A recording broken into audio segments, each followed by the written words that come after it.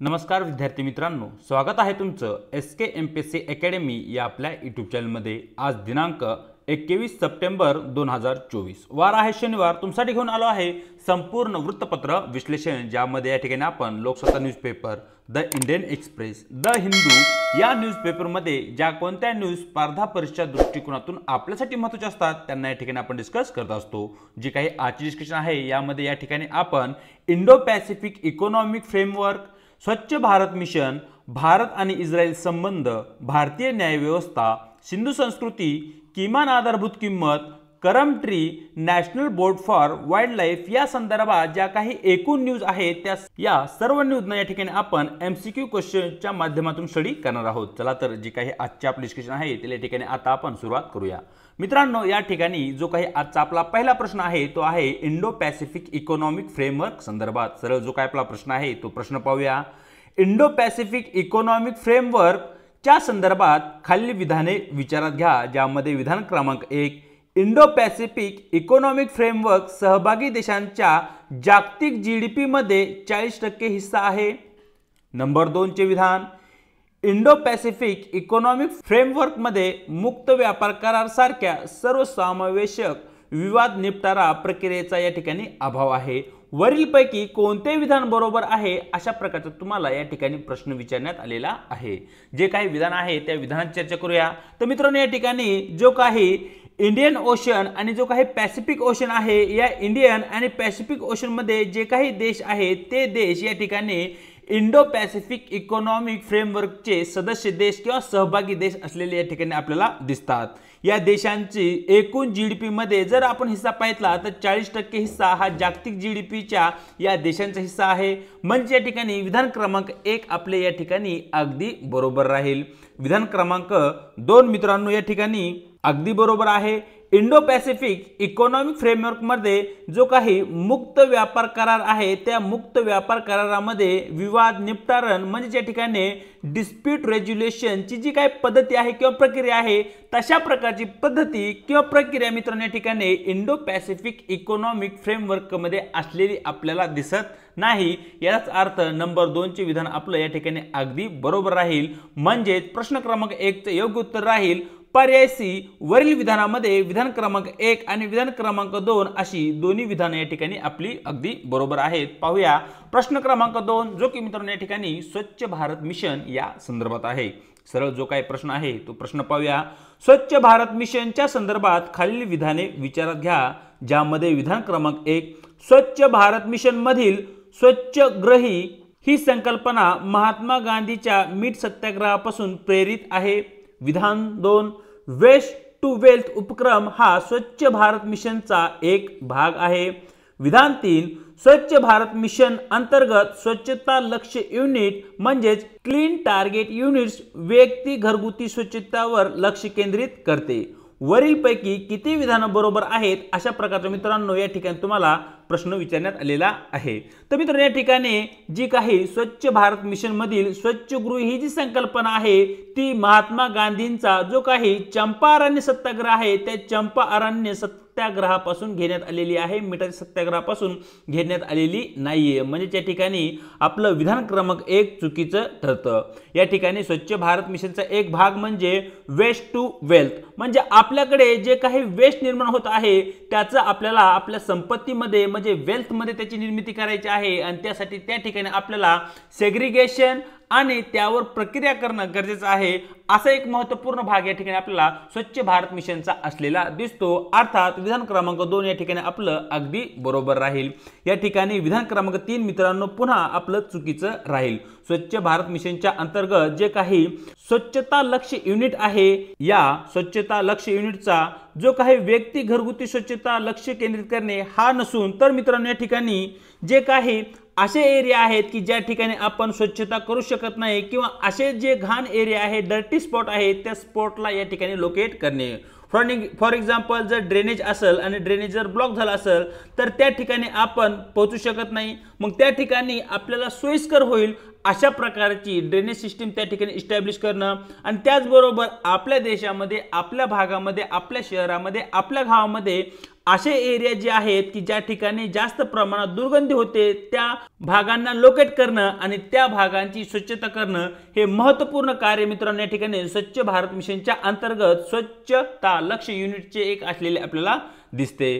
प्रश्न क्रमांक 2 योग्य उत्तर राहील पर्याय ए वरील 3 विधानामध्ये केवळ आपलं क्रमांक 2चेच विधान बरोबर असल्या कारणाने आपलं योग्य उत्तर राहील पर्याय ए वरील 3 विधानापैकी केवळ एकच विधान बरोबर। पाहूया पुढचा प्रश्न जो की मित्रांनो या ठिकाणी भारत आणि इस्रायल यांच्या संबंधावर आधारित आहे, जो की इंटरनॅशनल रिलेशन या घटकावर आधारित आहे। सरळ जो काय प्रश्न आहे तो प्रश्न पाहूया।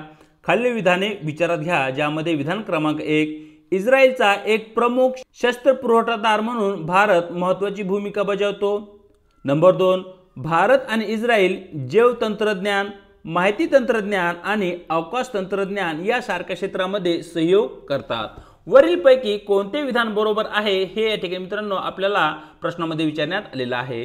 तर मित्रांनो या ठिकाणी भारताकडून जो काही इस्रायल देश आहे या देशाला मोठ्या प्रमाणावर शस्त्रांचा पुरवठा होत नाही, परंतु इस्रायलकडून भारताला जी काही संरक्षण साहित्य आहेत किंवा शस्त्रे आहेत त्यांचा मोठ्या प्रमाणावर पुरवठा होतो। म्हणजे या ठिकाणी जे काही विधान क्रमांक 1 आहे ते या ठिकाणी आपलं चुकीचं ठरतं आणि विधान क्रमांक 2 या ठिकाणी अगदी बरोबर आहेत। अलीकडील काळामध्ये भारत आणि इस्रायल यांच्यामध्ये जैव तंत्रज्ञान असेल, माहिती तंत्रज्ञान असेल किंवा जे काही अवकाश तंत्रज्ञान आहे यासारख्या क्षेत्रामध्ये परस्पर सहयोग आहे, त्यामध्ये मोठ्या प्रमाणावर वाढ झालेली आपल्याला दिसत आहे। प्रश्न क्रमांक 3 योग्य उत्तर राहील पर्याय बी केवळ विधान क्रमांक 2 बरोबर। पाहूया प्रश्न क्रमांक 4 जो की मित्रांनो या ठिकाणी भारतीय न्याय व्यवस्थे संदर्भात आहे। सरळ जो काय आपला प्रश्न आहे तो प्रश्न या ठिकाणी पाहूया।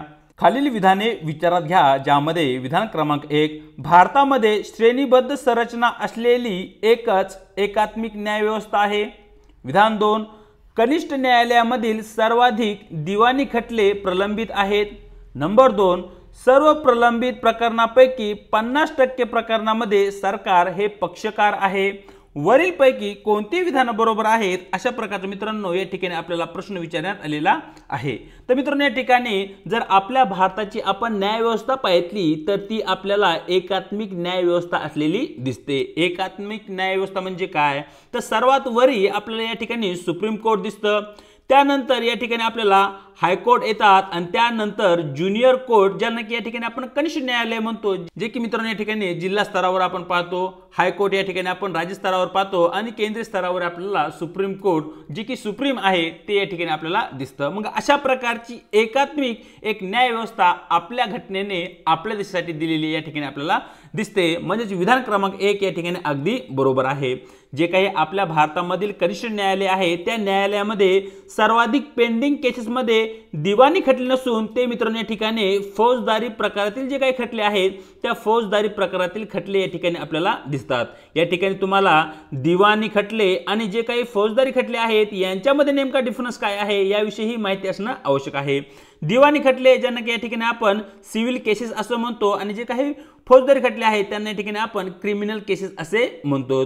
या ठिकाणी प्रॉपर्टी संदर्भात किंवा इन्शुरन्स संदर्भात किंवा एखाद्या व्यक्तीचं दुसऱ्या व्यक्ती संदर्भात काही संपत्तीच्या कारणावर वाद असेल किंवा तंटा असेल अशा प्रकारचे जे काही खटले आहेत ती मित्रांनो या ठिकाणी दिवाणी प्रकारामध्ये येतात। फॉर एक्झाम्पल एखाद्या कंपनीकडे तुम्ही इन्शुरन्स क्लेम केला आहे आणि ती कंपनी तुम्हाला इन्शुरन्स देत नाहीये, मग त्या संदर्भात जर खटला या ठिकाणी तुम्ही न्यायालयामध्ये गेलात तर तो जो खटला आहे तो दिवाणी खटल्याच्या अंतर्गत चालवला जाईल।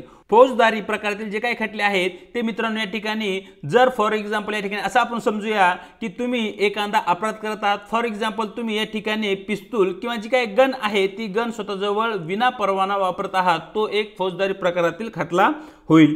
त्याचबरोबर मित्रांनो या ठिकाणी जर तुम्ही एखाद्या व्यक्तीला मारहाण केली असेल आणि त्या प्रकरणात जर तुमच्यावर खटला दाखल झाला असेल तर त्या ठिकाणी तो फौजदारी प्रकारचा खटला असेल। तर अशा प्रकारचा डिफरन्स या ठिकाणी आपल्याला दिवाणी खटले आणि फौजदारी खटले यांच्यामध्ये असलेला दिसतो। आणि जी काही आपली कनिष्ठ न्यायालय आहे त्या कनिष्ठ न्यायालयामध्ये सर्वाधिक पेंडिंग केसमध्ये या ठिकाणी आपल्याला फौजदारी खटले दिसतात, त्या ठिकाणी आपल्याला दिवाणी खटल्याची संख्या ही खूप अधिक आहे, परंतु या ठिकाणी फौजदारी खटल्यांची संख्या अधिक असलेली दिसते, परिणामी विधान क्रमांक 2 आपलं या ठिकाणी मित्रांनो चुकीचं ठरतं आणि विधान क्रमांक 3 या ठिकाणी अगदी बरोबर आहे। जी काही सर्व प्रलंबित प्रकरणं आहेत त्यापैकी 50% प्रकरणामध्ये सरकार हे पक्षकार असलेले आपल्याला दिसते। म्हणजे फॉर एक्झाम्पल एक्स व्यक्ती असेल आणि दुसऱ्या बाजूला या ठिकाणी सरकार असेल, फॉर एक्झाम्पल राज्य सरकार आणि केंद्र सरकार, अशा प्रकारचे हे दोन पक्षकार या ठिकाणी आपल्याला दिसतील। प्रश्न क्रमांक 4 योग्य उत्तर राहील पर्याय सी केवळ विधान क्रमांक 1 आणि विधान क्रमांक 3 बरोबर। पाहूया प्रश्न क्रमांक 5 जो की मित्रांनो या ठिकाणी सिंधू संस्कृती सिंधू सिव्हिलायझेशन संदर्भात आहे। सरळ जो काय प्रश्न आहे तो प्रश्न या ठिकाणी पाहूया। खालील गोष्टींचा विचार करा ज्यामध्ये नंबर 1 आपल्याला देण्यात आले आहे लॅपिडरी आर्ट, नंबर 2 घोडा पाळणे, नंबर 3 लोखंडी साधने, नंबर 4 पाणी साठवण्याच्या पद्धती, नंबर 5 भूमिगत ड्रेनेज सिस्टीम, नंबर 6 नाणी। वरीलपैकी किती सिंधू संस्कृतीशी संबंधित आहे अशा प्रकारचा मित्रांनो या ठिकाणी तुम्हाला प्रश्न विचारण्यात आलेला आहे। तर मित्रांनो या ठिकाणी तुम्हाला माहिती असलं पाहिजे की जे काही लॅपिडरी आर्ट आहे it is related to Sindhu civilization. आता या ठिकाणी लॅपिडरी आर्ट म्हणजे काय, जे काही मणी असतात त्या मण्यावर जे असणार कोरीव काम असेल किंवा जी काही आपली ज्वेलरी आहे दागदागिने आहे यावर केली गेलेली जी काही कारागिरी आहे त्यांना या ठिकाणी आपण लॅपिडरी आर्ट म्हणतो। आणि सिंधू संस्कृतीमध्ये बीड्स म्हणजे मणी आणि जे काही ज्वेलरी आहे यांचे पुरावे मोठ्या प्रमाणावर त्या ठिकाणी आढळलेले आहेत। म्हणजे या ठिकाणी लॅपिडरी आर्ट हे सिंधू संस्कृतीशी संबंधित आहे। त्यानंतर जर मित्रांनो आपण पाहिलं की सिंधू संस्कृतीमध्ये पाणी साठवण्यासाठी आणि जे काही पाण्याचा उपयोग आहे त्यासाठी एक चांगल्या प्रकारची आधुनिक प्रकारची व्यवस्था त्या ठिकाणी उपलब्ध होती। म्हणजे नंबर 4 चं जे काही गोष्ट आहे किंवा नंबर 4 चं जे काही आपलं विधान आहे तेही या ठिकाणी सिंधू संस्कृतीशी संबंधित आहे। सिंधू संस्कृतीमध्ये वर्ल्ड क्लास ड्रेनेज भूमिगत सिस्टीम होती, हेही तुम्हाला मित्रांनो या ठिकाणी अभिमानाने सांगावं लागेल। म्हणजे नंबर 5 ही त्या ठिकाणी आपल्याला दिसतं। त्या ठिकाणी मित्रांनो सिंधू संस्कृतीमध्ये घोडा किंवा त्याचे पुरावे या ठिकाणी आढळलेले नाहीयेत। त्या ठिकाणी लोखंड या धातूचा त्या ठिकाणी वापर केला गेला नाहीये, परंतु जो काही ब्रॉन्झ धातू आहे त्या ब्रॉन्झ धातूचा मित्रांनो या ठिकाणी वापर केला गेलेला आहे। ब्रॉन्झ हा एक मिश्र धातू आहे ज्यामध्ये टिन ज्याला की या ठिकाणी आपण कथील म्हणतो, कथील आणि तांबे यांचे जे काही मिश्रण असते यांच्या मिश्रणातून ब्रॉन्झ हा धातू बनतो आणि या ब्रॉन्झ धातूचा मित्रांनो सिंधू संस्कृतीमध्ये वापर केला जायचा। त्या ठिकाणी लोखंडी धातूचा वापर केला गेला असे कोणतेही पुरावे त्या ठिकाणी आढळले नाहीयेत। त्याचबरोबर नाणी किंवा नाण्याचे जे काही वापर आहे तोही या ठिकाणी आपल्याला सिंधू संस्कृतीमध्ये दिसत नाही, कारण या ठिकाणी जी काही व्यापाराची पद्धती होती ती होती बार्टर पद्धती। म्हणजे वस्तूंची देवाणघेवाण या आधारावर या ठिकाणी व्यापार चालायचा। परंतु या ठिकाणी सिंधू संस्कृतीमध्ये जी वेट आहे किंवा मापन आहे आणि जी काही मोजपट्टी आहे यांची काही पुरावे या ठिकाणी आढळलेले आहेत, परंतु त्या ठिकाणी नाणे किंवा जे काही पैसा आहे त्याचे पुरावे या ठिकाणी आपल्याला आढळलेले नाहीयेत। प्रश्न क्रमांक 5 योग्य उत्तर राहील पर्याय ए केवळ 3। म्हणजेच वरील ज्या काही आपल्याला एकूण 6 गोष्टी सिंधू संस्कृतीशी संबंधित देण्यात आल्या आहेत त्यापैकी 3च गोष्टी या ठिकाणी योग्य प्रकारे देण्यात आलेल्या आहेत। पाहूया प्रश्न क्रमांक 6 जो मित्रांनो या ठिकाणी किमान आधारभूत किंमत ज्याला की या ठिकाणी आपण मिनिमम सपोर्ट प्राइस म्हणतो त्या संदर्भात आहे। सरळ जो काय प्रश्न आहे तो प्रश्न पाहूया।